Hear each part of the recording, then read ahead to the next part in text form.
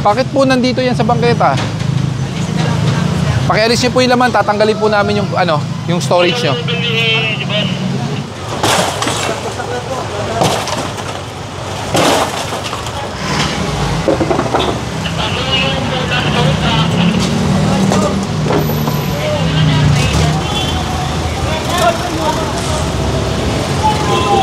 Ayun na, dumating na.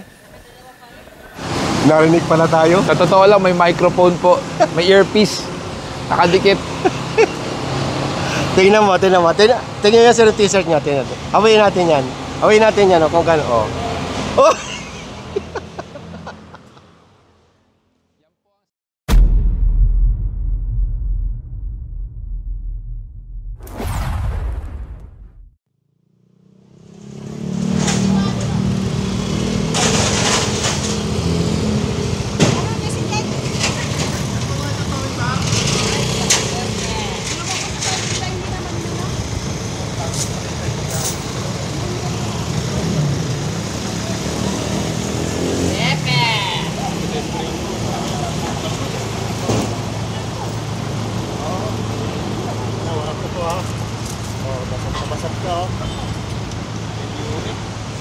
Magandang umaga sa inyong lahat. Another day, another clearing operation. Nandito ngayon ang Special Operations Group ng MMDA sa pamumuno ni Sir Gabriel Go dito sa Quezon City, sa kalsada na Scout Torillo.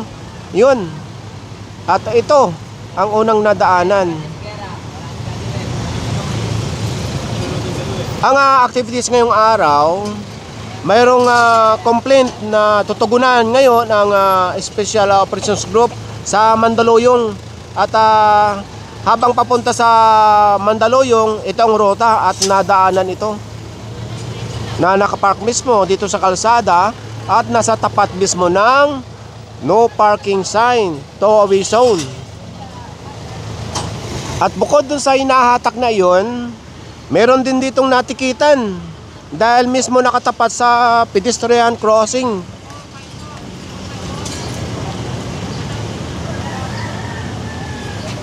So ito rin may-ari bago nahatak. Okay, tuluyan ang hahatakin yan. Tara na. Ang oras ngayon ay 9 ng umaga.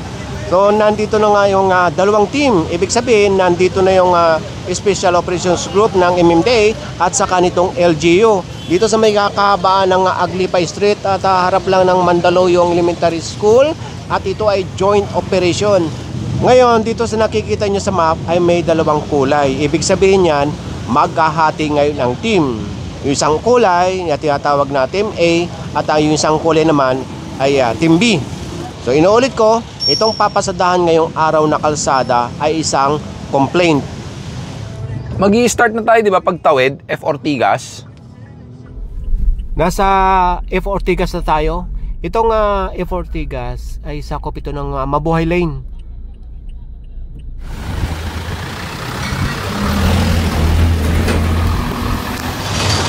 Sir Gab, good morning. Good morning. Tow truck, kumuha nga kayo ng tig-isang motor. Kumuha kayo ng tig-isang motor. Masasampay pagka hindi lumabas sa may-ari.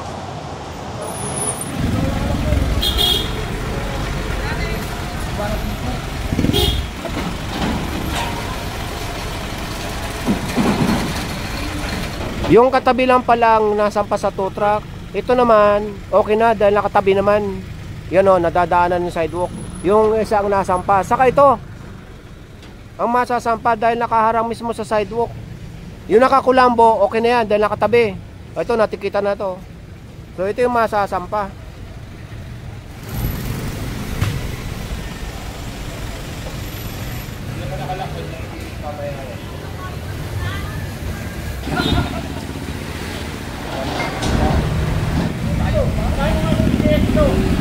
Ito na yung nadaanan nating sidecar.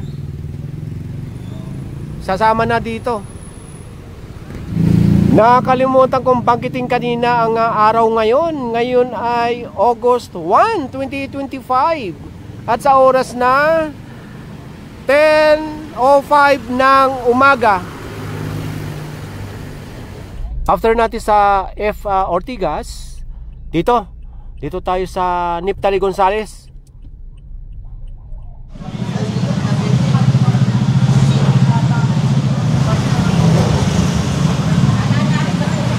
Sir, sa inyo po to? Bakit po nandito yan sa bangketa? Pakialis niyo po yung laman, tatanggalin po namin yung yung storage nyo. Pakisara po natin yung gate na to para hindi po nakaharang. Sara niyo po muna. Ano ba ilalim yan? Aso po. Aso, pakikuha na lang po yung aso. Kawawa naman po. Opo, sige po. Labas ka. Dito ka sa una. Di nyo, May aso sila. Skog, di nyo ba narinig? Nakakagat daw. Walang parking dito. Ang parking na allowed lang dito is from 9 PM ng gabi hanggang 6 AM. Wala na dapat parking. Approaching, walang helmet. Ayan, walang helmet.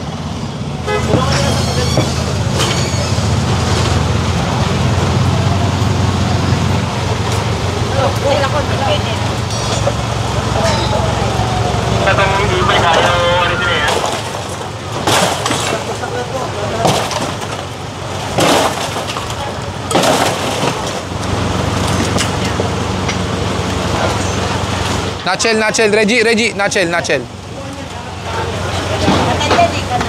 Bolt cutter na lang natin. Yung pinakahinang na lang. Kuya, pakisako nyo po yung mga bato ha. Pakilinis po.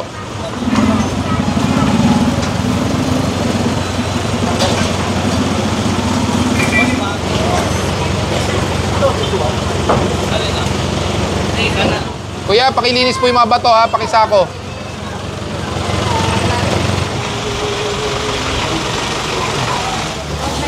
May aso. Tao po. Hindi aso po. Tao po. Aso po. Nay, tatanggalin po namin to. Masyadong mababa po kasi. Tanggalin po namin. Iwan po namin sa inyo. Tapos paayos nyo na lang po.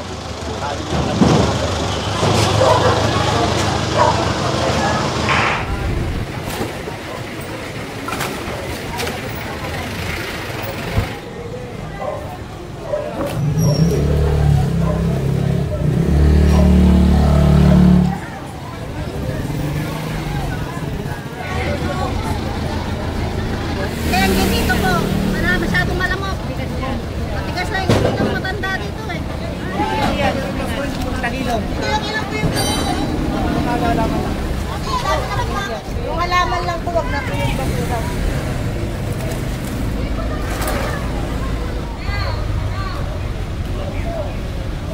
Ito mga halamang nakukumpiska or kinukumpiska, idadagdag yan sa mga halaman sa ilalim ng MRT3 along EDSA. Kung may napapansin kayong mga plant box doon.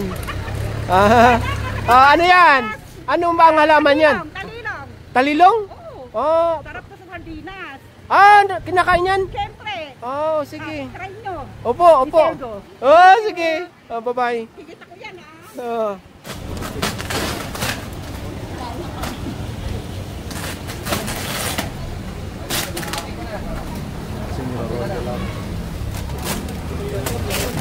Talas ng daliri nyo, sir, ah. Daliri lang yun. Kinalabit nyo lang, ah. Oo. Ay, alambre, hindi ko na kaya.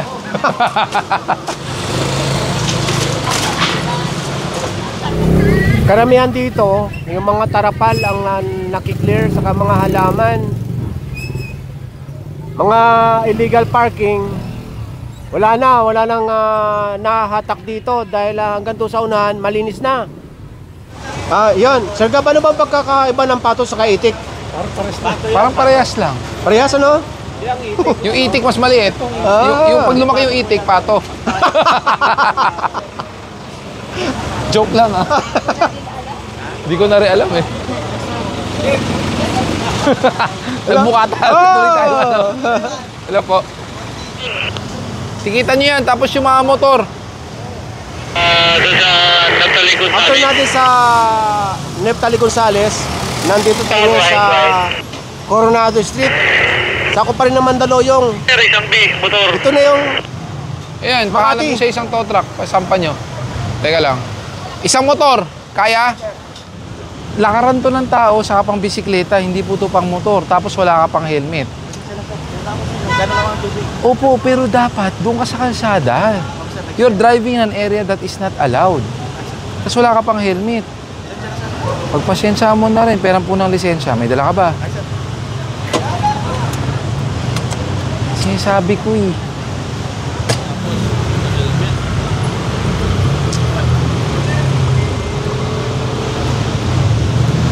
Ito yung Makati Bridge. Makati, Mandaluyong. Sa oras na 11:45 ng umaga, nandito pa rin tayo sa Mandaluyong at nandito tayo sa may Sergeant Bumatay. Nadaanan yung mga naka-illegal parking dito. Asan yung skog? Ito may driver? Sako pa ito ng Mabuhay Lane. Eh, no parking. Ito pa, no parking. Ayun. Iskog, nakasunod ba kayo? Parod. Ate. Huwag mo nang gagalawin. Hanggang yan na lang. Wala ka nang gagalawin. Skog, baba. Lahat ng lamesa, upuan.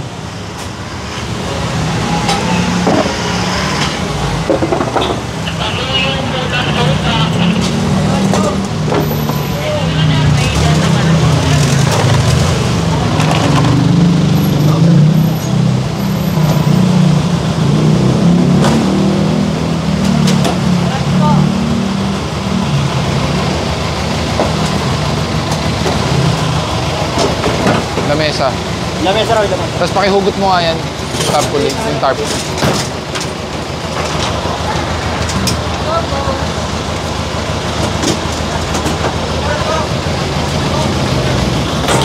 Paano na kaya muna? Para ito yung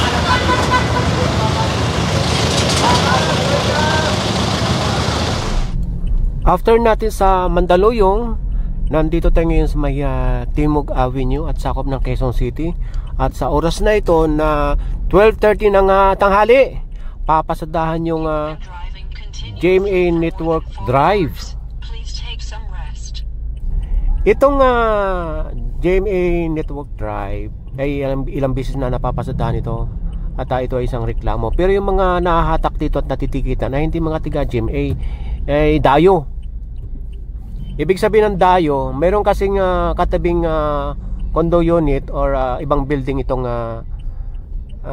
GMA. Ito magkabilaan yan, GMA yan, yung building na yan. Ito yung GMA Network Drive. So ilan na lang yung so ito yung mga maabutan dito, mga nakaparada. Yan ang matitikitan. Gando sa unahan. Ayun nakalagay dyan, no parking. Tapos itong mga motorsiklo, okay yung pagpaparada rito.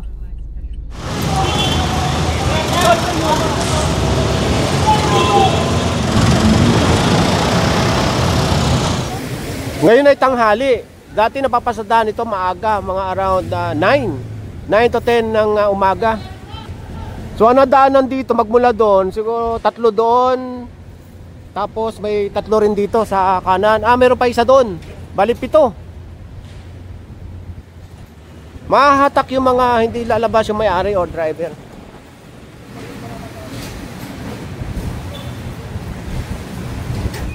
Ayon sa mga na-interview natin dati dito, yan, dyan. May mga office kasi dyan ng iba-ibang mga company. So dito sila nagpa-park sa kalsada. Tapos na po tayo sa first part ng clearing operation natin sa Mandaluyong. So ngayon po, nandito naman tayo sa Quezon City. This part of Mabuhay Lane actually, may naka-indicate po dyan no parking on both sides. So it has been a constant complaint na nagkakaroon nga po ng both side parking, then minsan to the point na meron pa pong double at triple parking. So best effort, ayusin po natin ito para maging maayos yung dadaanan ng mga sasakyan.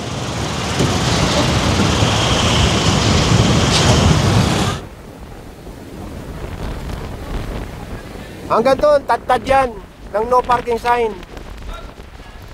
Ito tulad po nito, oh, umabot yung driver, kinukuha na lang ang gamit niya. Pag yung sa inyo po, binitawan ko, magrereklamo po to, magrereklamo po yan, pati yung nasa harapan. Walang po magkano po kaya abot. Hindi ko po masasagot, sir. Hindi, pa ng gamot yung ano po. pasensya na po, ha? Pero hindi po kasi ako may hawak ng impounding, eh. Pwede naman po kayo makiusap doon. Pwede po kayo makiusap sa impounding. Magagawa ng paraan yan, sir. Saka sir, pasensya na po, ha? Pero nasa ilalim po kayo ng no parking sign. Ayun po, oh. Mapabilis na sana yung pambibili ng gamot po. May parking naman po doon. Sa may Bilona. May parking po doon, sir. Sir, ang problema po niya, pag binaba ko po yan, marereklamo po tayo niyan. Ayan yung driver, oh. Kinuha lang po yung bag. Wala na ako talaga. Nakaayos naman. Sir, bawal po yun. Makakasuhan po yung tow truck, dahil hahanapin po yung sasakyan. May reference number po. Sama na lang po kayo. Alam ko, sasama yan, may driver yan eh. Paki-double check nga. Hindi sasama? Sige, sige. Dumating na yung isang tow truck na isang pa na yung inaantay kanina dahil kulang. Mayroon pang isa na inaantay para dito. Hindi na maputi si Sir Gab, oh.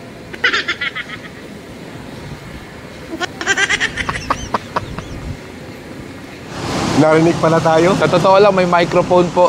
May earpiece. Nakadikit. Tingnan mo. Tingnan nyo sir yung t-shirt niya. Tingnan natin. Awayin natin yan. Awayin natin yan, oh, kung gano'n. Oh. Oh! Yan po ang sinyales na nagtatrabaho rin po tayo. Oh, tingnan nyo. Ang oras ay 1:15 na pala. Oo. 1:15 na ng hapon. Lunch na tayo pagtapos. Ito lang inaantay. Ito yung isang ito. Hoy, Aikar! Bilis ha! Balik! Dahil mayroong pang clearing mamayang hapon. So, darating na raw yung tow truck dito. Magki-clear po kami sa lugar nyo. Ang dami nilang nanonood sa iba-iba. Ayan na, dumating na. So, hatak na to.